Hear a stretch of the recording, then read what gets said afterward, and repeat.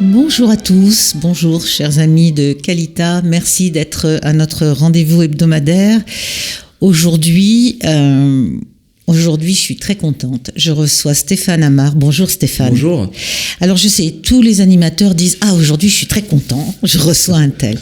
Mais toi au moins Stéphane, tu sais que c'est vrai parce que nous avons lutté pour les mêmes causes, travaillé dans le même média et j'ai toujours été, c'est pour ça que je t'ai invité aujourd'hui, j'ai toujours remarqué ta lucidité qui s'exprimait tout à fait bien. Tu sais que tu es ici dans l'émission Au fil des pages, donc c'est une émission littéraire. Alors bien sûr, on va parler de ton livre qu'on peut voir derrière nous et que je montre encore à l'antenne. Voilà. Et ce grand secret d'Israël, qui est sous-titré « Et pourquoi il n'y aura pas d'État palestinien ?» Je ne sais pas si tu entends, ça frétille de l'autre côté avec nos amis auditeurs. Là, tu vois, tout le monde est déjà en train de s'installer pour nous écouter. J'espère. Mais tu es dans une émission littéraire. Alors Stéphane, je voudrais te demander, est-ce que tu écris depuis longtemps ? Je crois savoir que pas mal quand même. Oui, enfin, j'écris en fait depuis toujours. Hein. Je me souviens qu'au collège, ce que je préférais, c'était les rédactions. Ensuite, les dissertations. Et j'ai vraiment commencé à trouver du plaisir en terminale, je crois, avant le bac, où j'ai commencé vraiment à construire des raisonnements, à pouvoir faire passer des idées à travers mes copies. Et puis bon, très rapidement, je suis rentré dans le journalisme. Alors j'ai fait de la télévision, donc on écrit quand même beaucoup moins, parce que tout un reportage de télé, c'est jamais que c'est pour ça que je te posais la question. Mais j'ai toujours j'ai toujours entretenu des correspondances avec un tas d'amis. C'était avant Facebook, je suis déjà vieux, hein. Non Stéphane, pas ça. Avant Internet, alors on s'écrivait beaucoup. J'ai retrouvé là récemment chez mes parents des cartons entiers de lettres que j'avais reçus dans toutes ces années 90 là. Et j'ai toujours aimé écrire. Et puis là, c'est vrai que depuis que je suis correspondant ici en Israël, j'ai renoué plus avec la presse écrite, parce qu'en France, j'étais à France Télévisions, France 2, France 3. Ici, je suis chez Arte, à BFM, et j'ai aussi d'autres collaborations pour des journaux. Je travaille à Libération, je travaille en ce moment au Parisien, à l'hebdomadaire Protestant Réforme. Donc, j'ai plus l'occasion d'écrire. Puis donc, j'ai écrit ce livre, puis un autre en 2008. Et j'aime de plus en plus ça. J'aime de plus en plus écrire. Tu as fait ton alia ? Oui, en 2003. Et comment on fait entre la Bretagne, dont on est issu, et l'Alia en 2003 ? Bon, c'est tout un parcours, évidemment, hein, parce que moi, j'ai été très très tard en contact avec le judaïsme. Il y avait la famille qui venait à la maison, etc. en Bretagne, mais ça restait très superficiel. Et puis c'est au fil de lecture. Alors justement, puisqu'on est dans une émission littéraire, je peux dire que c'est grâce à Isaac Bashevis Singer que je suis revenu au judaïsme. Je pense que j'ai dû lire absolument tous ses livres. J'ai commencé par L'Esclave, et L'Esclave, c'est un livre que je relis régulièrement. Pour moi, c'est un des romans les plus beaux qui ait jamais été écrit, à la fois dans son style, dans son intrigue, mais aussi dans tout ce que ça charrie, parce que c'est Singer, ce que j'ai toujours aimé et qui m'habite jusqu'à présent, c'est toujours ce doute, ce questionnement permanent. Est-ce qu'on est dans la bonne direction ? Comment se fait-il qu'il y ait des gens qui soient très religieux et qui en même temps soient méchants, et puis des gens qui sont pas du tout religieux, qui sont gentils, qui sont des gens bons. Tu serais pas un peu juif, toi ? Même des gens non juifs, comme c'est le cas dans L'Esclave, où c'est cette femme admirable, en fait, est une non-juive qui est une sainte, véritablement. Donc il y a toujours ces interrogations. Et à travers ça, j'ai découvert le Yiddishland, la culture juive, ça m'a toujours beaucoup intéressé. C'est un long cheminement qui, effectivement, m'a conduit ici à Jérusalem. Où tu as fait ton alia, donc. Absolument, en 2003. D'accord. Alors, on va parler de ce livre, Stéphane, parce que je sais que tu as récemment fait une conférence au Salon du Livre de la Viso là-dessus. Tu as dû avoir du monde. Non, mais c'est pas grave. Bon, ça arrive, c'est la vie des auteurs. Mais c'était très intéressant quand même. Oui. Des fois, c'est pas le nombre. Bon, il y avait peut-être moins de monde que d'habitude. Alors, j'ai pas pu, moi, aller t'écouter. Mais j'aurais aimé, alors c'est pour ça que tu es là aujourd'hui, tu vas répondre aux questions de plus près que ça. Alors, tu nous parles d'un grand secret d'Israël. Et tu nous dis pourquoi il n'y aura pas d'État palestinien. Et je peux pas démarrer en te disant tout de suite quel est le grand secret d'Israël, mais par contre, je peux démarrer en te posant des questions sur certains des personnages que tu as évoqués qu'on ne connaît pas. En fait, moi, en tout cas, je ne connaissais pas. Par exemple, tu parles de Shaul Arieli dès le début. On démarre avec lui. Bon, on peut pas pouvoir s'étendre sur tous, mais si tu démarres avec lui, c'est parce que c'était important. Et lui, il avait son projet de paix dans la tête. Tu peux nous en dire 2 mots ? Oui, c'est un monsieur que j'ai rencontré, parce que j'ai fait un magazine pour Arte en 2012, un peu autour de ces thèmes-là, un État, 2 États, etc. Et donc lui défend mordicus la solution à 2 États, avec beaucoup de brio. Hein. C'est un ancien général de l'armée israélienne, de la région sud, et il connaît extrêmement bien son sujet. J'ai assisté à ses conférences qui sont absolument brillantes. Et ce que je dis dès le début, c'est qu'effectivement, il est extrêmement convaincant. C'est-à-dire que quand on l'écoute, on se dit, il ne peut y avoir qu'une solution à 2 États. Il ne peut y avoir qu'un partage du territoire, puisque les Palestiniens ont des droits, puisqu'ils n'accepteront jamais finalement autre chose que d'avoir un État. C'est extrêmement rationnel, c'est démontré par des données, par des statistiques, par des sondages. Et malgré tout, ça marche pas. Donc c'est l'interrogation de base en fait du livre. C'est pourquoi est-ce que cette solution auquel non seulement tout le monde s'accroche, mais qui paraît évidente pour tout le monde, qui paraît aller de soi, pourquoi est-ce qu'elle n'a jamais fonctionné depuis longtemps, puisque le premier plan de partage date de 1937 et à chaque fois ça a échoué. Donc j'ai voulu m'interroger là-dessus et j'ai voulu montrer qu'en fait la rationalité n'était pas une réponse dans cette région, puisqu'il y a beaucoup d'autres facteurs qui rentrent en compte et qui sont complètement ignorés par des gens comme Shaul Arieli. Le facteur identitaire, le facteur religieux, le ressentiment aussi des Palestiniens de 48, etc. Quand il voit, lui, que Shaul Arieli, je parle, que ça réussit pas son plan, parce que ça fait un moment qu'il est dessus, et puis tel que tu le racontes, c'est très cohérent, c'est très, et tu viens de matérialiser par des mots ce que moi je ressentais en te lisant, à savoir que il est formidable, il est vraiment très très bien, mais les paramètres ils sont pas tous là. Alors est-ce que tu as eu sa réaction au fait que non, ça colle pas? Ouais. Il y a un seul moment où c'est marrant parce que j'en parlais hier soir avec un ami là de cette interview. Il y a un seul moment où j'ai senti qu'il n'avait pas de réponse. Il me dit moi je suis prêt à sacrifier 4 doigts pour sauver sacrifier 5 doigts pour sauver les 4. Ça veut dire en gros je suis prêt à sacrifier la Judée-Samarie pour sauver le reste d'Israël, pour pas qu'on soit submergé démographiquement. Et là je lui dis oui, mais le seul problème c'est que le 5e doigt dont vous parlez c'est la colonne vertébrale en vérité d'Israël. C'est Hébron, c'est Jérusalem, c'est Shrem, Naplouse.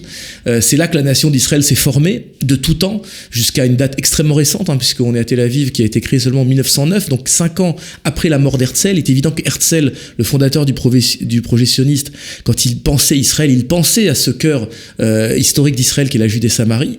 Et on ne peut pas bâtir un État sans la Judée-Samarie, c'est absolument impossible. C'est un État qui n'aurait aucune légitimité. Et ça, les Palestiniens l'expriment très bien, ce que je montre dans le livre. Pour eux, soit on est légitime partout, soit on est légitime nulle part. Mais on peut pas être légitime à Tel Aviv, qui a été créé, encore une fois, il y a un peu plus de 100 ans, et pas légitime à Hébron. Ça peut pas fonctionner. Oui. Et j'ai envie de t'interroger comme ça, comme despote, parce que sur des choses qu'évidemment j'ai envie de voir développer. Et tu prends aussi comme paramètre à intégrer. Enfin, tu parles du messianisme immobilier de Jérusalem. Et ça aussi, ça va dans le sens de ce que tu étais en train de dire. Est-ce que tu veux nous dire, parce que messianisme immobilier, j'avais jamais entendu. Moi j'ai aimé ça. Oui, parce que le messianisme, c'est un terme un peu vague, mais il recouvre des réalités extrêmement concrètes. Qu'est-ce que le messianisme au sens juif du terme, le plus profond, le plus ancien? C'est de rebâtir la présence juive en terre d'Israël. Les Juifs ont subi une véritable Shoah il y a 2000 ans par les Romains. J'utilise jamais ce terme à la légère, mais c'est vraiment ce qui s'est passé. Ils ont tué hommes, femmes et enfants dans chaque village. On connaît tous l'histoire de Masada.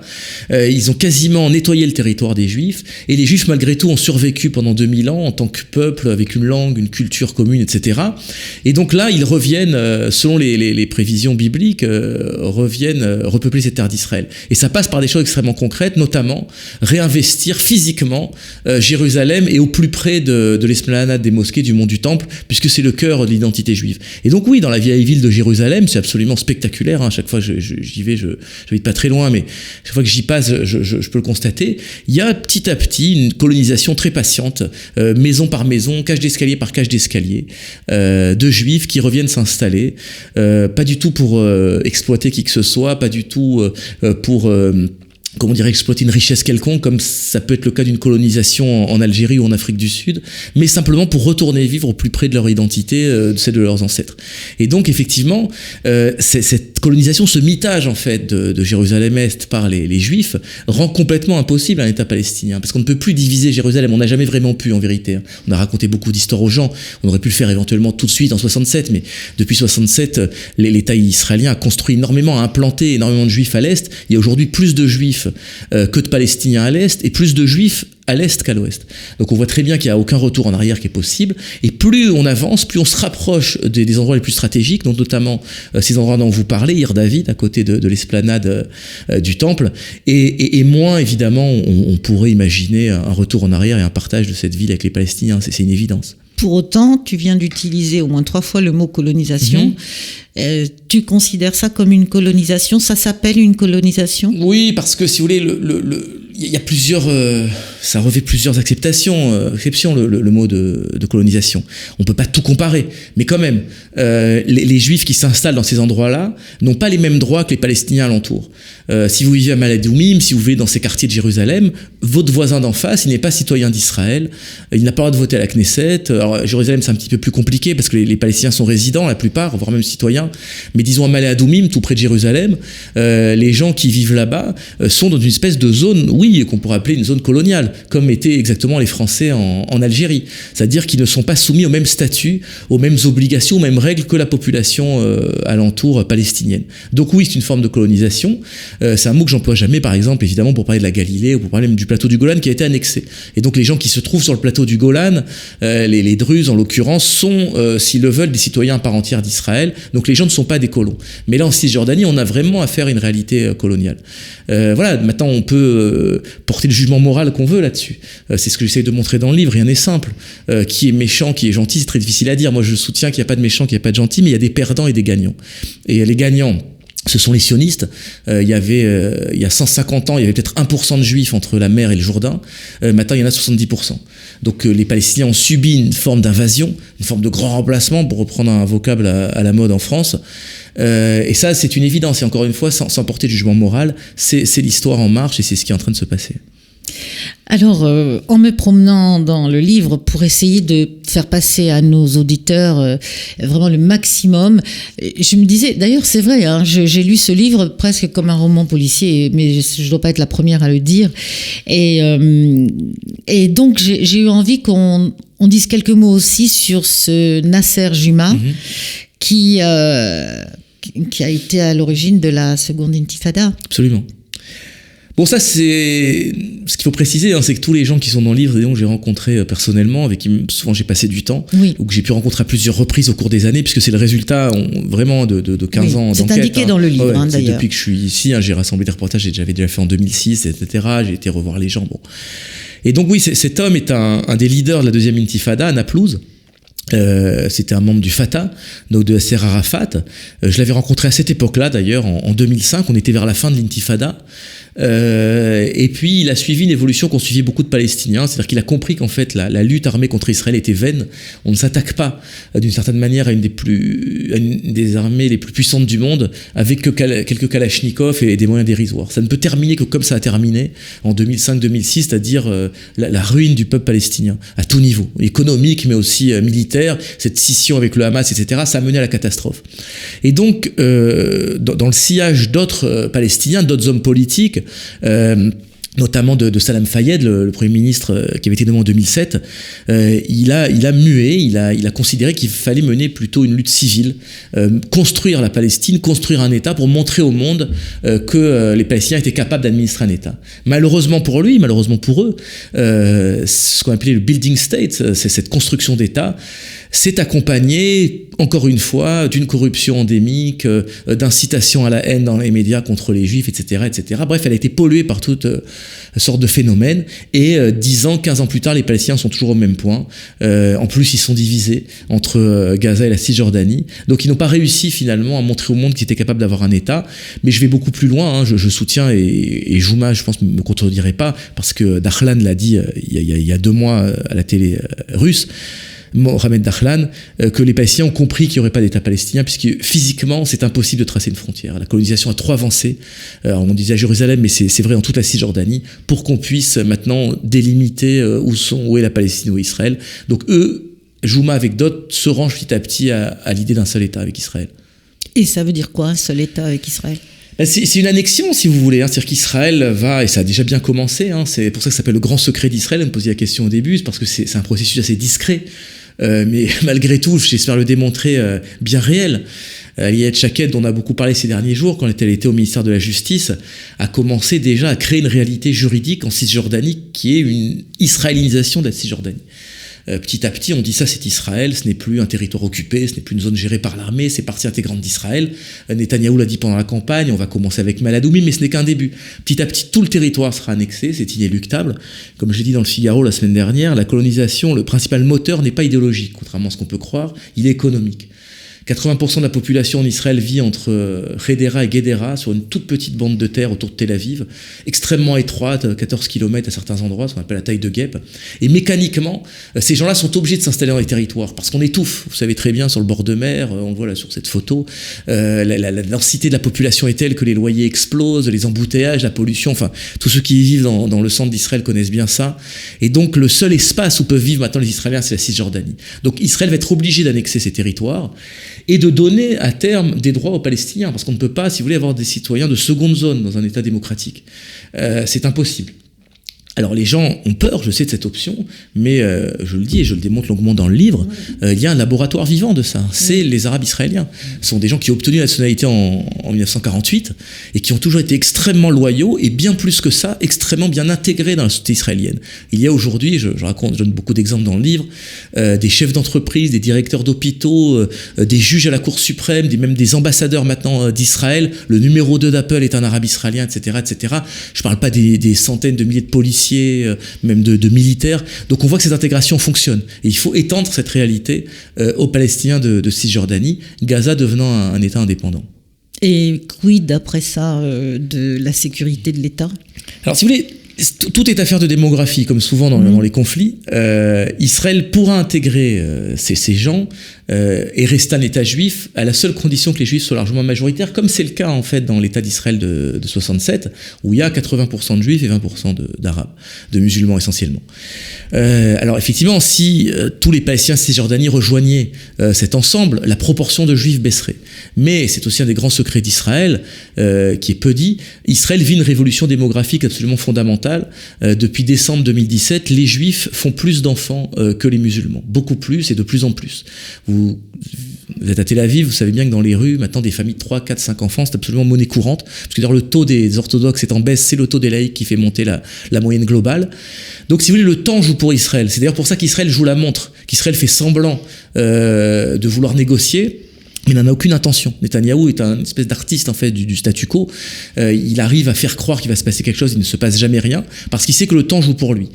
Et Arafat, qui en son temps jouait beaucoup de cette fameuse bombe démographique, pourrait constater qu'en fait la bombe démographique a changé de main. Elle est maintenant dans les mains avant lui, hein, oui, mais elle est maintenant dans les mains. Absolument. Maintenant, elle est dans les mains d'Israël, et donc Israël effectivement attend d'être le plus nombreux possible. Et le retrait de Gaza, encore une fois, de 2005, a permis de sortir 2 Palestiniens de l'équation démographique, ce qui donne un avantage en fait démographique à Israël. Dès lors qu'il y aura une majorité juive, dès lors que les règles sont très clairement établies, c'est ce qui a été fait d'ailleurs cet été avec la loi État-nation, disant qu'Israël est un État juif, c'est une loi constitutionnelle, et je ne vois aucun problème dans l'intégration des Palestiniens, qui encore une fois, et je les connais, je le démontre dans le livre, ne demandent que ça, parce que cette situation d'occupation militaire qui dure depuis 52 ans est absolument insupportable, intolérable à tout point de vue, au point de vue personnel pour les Palestiniens, mais également au point de vue de notre éthique, de l'éthique de l'État d'Israël en tant que démocratie. Alors vous venez d'évoquer Arafat, et justement je voulais, vous dites quelques mots là sur en fait Arafat et l'argent. Éclairez-nous, c'est quelque chose que j'aimerais voir. Juste un mot, mais éclairez-nous, parce qu'on nous a raconté tant de choses. Est-il possible que ce soit vrai ? Oui, tout est vrai, bien sûr, tout est vrai, mais les premiers à le savoir et à le dire et à l'expliquer, à le démontrer, ce sont les Palestiniens. Ce sont les Palestiniens, je cite des rapports d'organisations absolument au-dessus de tout soupçon, extrêmement compétentes, anti-corruption palestiniennes, qui sont supervisées par Transparency International, et qui ont dit et redit tout ça. Si vous voulez, ce que je reprochais le plus, si vous voulez, aux artisans d'Oslo du côté israélien, c'est pas d'avoir tenté cette expérience qui finalement peut-être méritait d'être tentée, même si elle a terminé dans le sang et qu'elle a été tentée de manière un petit peu hasardeuse, c'est ce que je pense en tout cas. Mais en tout cas, le plus grave, je pense, c'est d'avoir été aveugle, de s'aveugler sur qui était Yasser Arafat.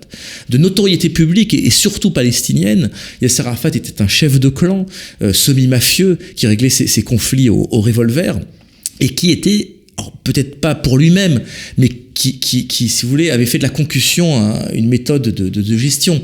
Alors, il fallait toujours avoir énormément d'argent, des caisses noires, etc. Je veux dire, on connaît tous l'histoire du Fatahland au Liban Sud. Ils ont mis en coupe réglée Beyrouth, ils ont mis en coupe réglée le Sud Liban. Si vous demandez actuellement à des Libanais ce qu'ils pensent des Palestiniens, si vous voulez, ça fait peur. Parce que c'était encore une fois, un gouvernement mafieux. Et c'est ces gens-là qui ont été ramenés en Israël pour conclure la paix. Alors que même qu'il y avait des gens sur place qui auraient pu servir d'interlocuteurs, qui auraient pu négocier avec Israël. Alors oui, Arafat a fait régner un climat de terreur, donc les gens avaient peur, etc. Mais ce qui a été importé finalement en Israël, c'est le pire des régimes. C'est un régime corrompu à tout niveau, un régime violent. Le premier acte d'Arafat a été d'assassiner, quand il est revenu à Gaza, tous les collaborateurs d'Israël, les maires, les informateurs, etc. Et si vous voulez, un régime népotiste, c'est-à-dire de ne servir que ses alliés, que sa famille, etc. Et donc ça a évidemment précipité le processus d'Oslo dans la chute, et également toute la société palestinienne avec elle. Et alors, quelle a été la réaction de Stéphane Amar quand le dit Arafat a reçu le prix Nobel de la paix? J'étais encore jeune, par contre. Oui, c'est vrai. Je m'intéressais pas beaucoup à ça, j'étais encore à Concarneau à cette époque-là. Mais non, mais avec le recul, si vous voulez, c'est évidemment complètement effarant. On le savait. Oui, mais la vraie responsabilité incombe à Pérez et du même mesure à Rabin, même si Rabin était quand même le responsable à l'époque, même s'il s'est entraîné un petit peu malgré lui dans cette histoire. C'est ce que je montre dans le livre, il a quand même été consentant. Mais évidemment, il y a un aveuglement coupable de la part de la gauche israélienne qui a cru qu'Arafat était Mandela. Alors qu'Arafat était Arafat, fondamentalement. C'est-à-dire que s'il avait eu l'intelligence de Mandela et un centième sans doute de son humanisme, de sa probité, les Palestiniens n'en seraient pas là. Parce que Mandela a dit aux Blancs, vous êtes tous à fait légitimes ici, mais je veux un régime démocratique, un homme, une voix. Et ce qui lui a permis, sans effusion de sang, de donner des droits aux Noirs en Afrique du Sud. Si Arafat avait eu cette logique, cette attitude, et il n'avait pas voulu manœuvrer en sous-main contre les Israéliens, je pense que le conflit serait terminé depuis longtemps. Alors parlez-nous du plan audacieux, du plan de paix audacieux du cheikh Jabari. Alors, si vous voulez, quand on tend un petit peu l'oreille dans les territoires, on entend des choses qu'on n'entend jamais dans les médias, parce que c'est une réalité beaucoup plus complexe, beaucoup plus, comment dirais-je, beaucoup moins en noir et blanc que celle qui est souvent véhiculée par la grande presse. Jabari, c'est une personnalité éminente à Hébron, c'est une des grandes familles d'Hébron, il possède une bonne partie de la ville d'Hébron, et c'est un cheikh qui a eu toujours une attitude conciliante avec les juifs alentours, et qui lui, pour le coup, ne considère pas les juifs comme des colons, les juifs de Kiryat Arba ou les juifs d'Hébron, mais comme des gens de retour. Et on peut dire qu'à Hébron, c'est particulièrement vrai, parce que l'honnêteté oblige à dire qu'il y a toujours eu des juifs à Hébron, jusqu'en 1929, jusqu'au massacre terrible de 29, qui a une sorte de mini-génocide. Et là, les Juifs ont dû fuir, mais Hébron a toujours été une ville juive. Donc ça, le cheikh Jabari le sait, le cheikh Jabari le dit, parce que lui n'a pas peur. Il a eu des gestes extrêmement forts, ça je le raconte dans mon premier livre, par rapport aux gens autour d'Hébron, aux Juifs de Kiryat Arba, où il a défendu leur droit de construire des synagogues, d'acheter des terrains, etc. Et lui dit, nous sommes absolument condamnés à vivre ensemble, mais ce que je ne veux pas, c'est être un citoyen de seconde zone. Je veux être à égalité avec vous. Je veux pouvoir me rendre à Jérusalem si j'ai envie, je veux pouvoir construire des maisons sur mon terrain si j'ai envie, etc., etc. Et c'est une revendication absolument légitime. Maintenant, reste à savoir comment la mettre en œuvre tout en garantissant la sécurité d'Israël. Donc Jabari dit, faisons une période probatoire de 10 ans, où nous mettrons en place tout cela, une liberté de circulation, la levée des barrages. Je m'engage personnellement, et ce que je raconte dans le livre, il l'a montré lors d'épisodes de l'Intifada, des couteaux, à garantir la sécurité. Je suis une personnalité respectée, vous ne serez pas attaqués, vous les juifs, en tant que juifs, et essayons enfin de créer une réalité de vie en commun, tout simplement. Donc il y a des interlocuteurs, c'est ce que je raconte, hein. Oui. Et ces gens-là sont absolument légitimes, certainement plus que les caciques de l'autorité palestinienne, qui encore une fois ont pris le pouvoir dans des conditions souvent extrêmement troubles. Oui, et on peut voir avec lui, justement, avec ce cheikh, il a tenu parole lors du retour de corps de Palestiniens, absolument, où tout s'est à peu près convenablement passé tel qu'il l'avait dit. En effet, Stéphane, on ne peut pas terminer sans évoquer le Hamas. Qui lui, je veux dire, utilise les mêmes moyens de coercition et les tortures, etc., et met les enfants devant, et apparemment il n'y a que nous les juifs qui le savons, parce que ailleurs on dit que ça n'est pas vrai. Alors quid du Hamas aujourd'hui dans tout ça? Il va pas du tout d'accord, hein, pour. Alors ouais, moi j'ai une position un petit peu nuancée, on va dire, sur le Hamas, qui souvent me vaut d'être incompris. Ça s'est passé sur une chaîne de télé amie récemment. si vous voulez, je ne vois pas le Hamas comme un mouvement uniquement, comme vous le dites, manipulateur, inhumain, qui mettrait les enfants en avant, etc., etc. D'abord, ce qui est très important de dire concernant le Hamas, c'est que c'est un mouvement absolument légitime. Au niveau populaire. Il a obtenu un succès dans les urnes en 2006. On sait pas comment. Non, ce que je raconte dans le livre, c'est des élections absolument transparentes, visées par la communauté internationale. Et si vous parlez avec des gens de Gaza, je veux dire, le Hamas est encore très populaire, pour des raisons d'ailleurs très compréhensibles. Ils ont construit des hôpitaux, des écoles, et on va dire au niveau national, ce sont les seuls qui tiennent la dragée haute à Israël.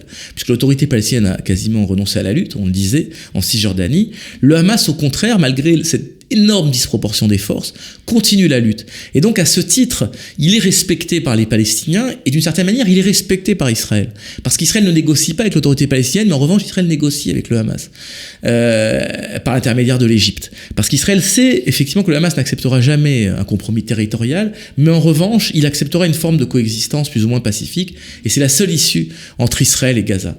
Le Hamas n'est pas un mouvement djihadiste, c'est pas un mouvement, si vous voulez, qui prône l'apocalypse. C'est un mouvement qui est issu des frères musulmans, qui vise à islamiser, si vous voulez, la société, un peu comme Tariq Ramadan, dont il est aussi issu en France, mais, si vous voulez, de manière civile, entre guillemets. C'est-à-dire qu'il faut que les médecins soient islamistes, il faut que les enseignants soient islamistes, il faut que les médias soient islamistes, l'université, etc., etc.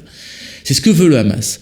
Mais au Hamas, vous avez des gens, entre guillemets, comme vous et moi, si vous voulez, qui ne sont pas du tout des gens qui veulent mourir à tout prix, qui vénèrent la mort, etc. Pas du tout. Ils veulent simplement établir une société islamiste. Ils veulent reconquérir la Palestine, c'est tout à fait clair. Ils savent pour la plupart qu'ils ne peuvent pas le faire. Donc ils sont à la recherche d'un compromis avec Israël, ce que je raconte dans le livre. Et on le voit très bien ces derniers jours dans la presse, l'Égypte servant d'intermédiaire. Je pense que ce qu'on appelle cette trêve de longue durée va intervenir dans les semaines, dans les mois qui viennent, et qu'on aura une forme d'indépendance en fait à Gaza, avec un voisin certes turbulent, qui est le Hamas, mais bon, pas beaucoup plus turbulent, je pense même beaucoup moins que le Hezbollah au sud du Liban, ou même que la Syrie d'Assad de l'autre côté du Golan, avec lequel Israël va apprendre à vivre. Et l'enjeu maintenant est de faire de Gaza un territoire beaucoup plus développé. Des ministres de premier plan du Likoud sont prononcés pour la construction d'un port à Gaza, pour la levée du blocus au moins partiel, permettre aux Palestiniens de venir travailler en Israël comme c'était le cas auparavant. Bref, donner un peu d'air à la bande de Gaza. Et je pense que voilà, ça va être, si vous voulez, le pendant de l'annexion. Annexion de la Cisjordanie d'un côté, indépendance de Gaza de l'autre. Et donc, la solution, c'est le grand secret de l'État d'Israël, la solution, ce serait un État binational. Oui, si on considère qu'Israël est un État binational dans ses frontières de 67, il faut manier ce terme avec beaucoup de précaution, binational. Est-ce que l'Espagne est un État binational, par exemple, avec cette minorité catalane ou basque qui veulent faire sécession régulièrement, ou même en France avec la Corse? Donc si vous voulez, le fait qu'il y ait des minorités dans un État ne veut pas dire que cet État est non viable, ne veut pas dire que cet État est condamné à des tensions sans fin. On peut très bien vivre dans un État comme le font les musulmans arabes depuis 70 ans, sans s'identifier du tout à son récit national, à ses symboles nationaux, au drapeau, etc., mais en s'y sentant parfaitement bien. Et c'est ce que j'essaie de démontrer dans le livre. Au niveau individuel, les Arabes sont parfaitement bien dans ce pays. On le voit à chaque élection, à chaque sondage. On l'a encore vu la semaine dernière dans ce scrutin, où malgré tout, les Arabes, les députés, n'ont rentré que 11 députés, alors même qu'ils représentent plus de 20% de la population. Il devrait être 25 députés arabes à la Knesset. Donc on voit très bien qu'il y a un nombre non négligeable d'Arabes, soit qui s'abstient, soit qui votent pour des partis sionistes. D'ailleurs, certains l'ont exprimé publiquement pendant ces élections. Donc tout ça, si vous voulez, est dynamique, mais je ne vois aucune raison de prédire une espèce d'apocalypse, d'incapacité comme ça à vivre ensemble. Au contraire, je suis persuadé, et ça encore une fois, les 70 dernières années le montrent, que Juifs et Arabes peuvent parfaitement vivre ensemble sur cette terre. Eh bien, ce sera le mot de la fin. Merci Stéphane. Je recommande chaudement la lecture de ce livre, Le grand secret d'Israël, pourquoi il n'y aura pas d'État palestinien, aux éditions de l'Observatoire. Donc, à bientôt pour un autre livre. Merci beaucoup Yael, c'était parfait. Oui, j'espère, en tout cas, peut-être un documentaire en attendant. D'accord. Ok, on sera preneur aussi quand même. Hein. Merci infiniment Stéphane, à bientôt. Merci beaucoup Yael, merci.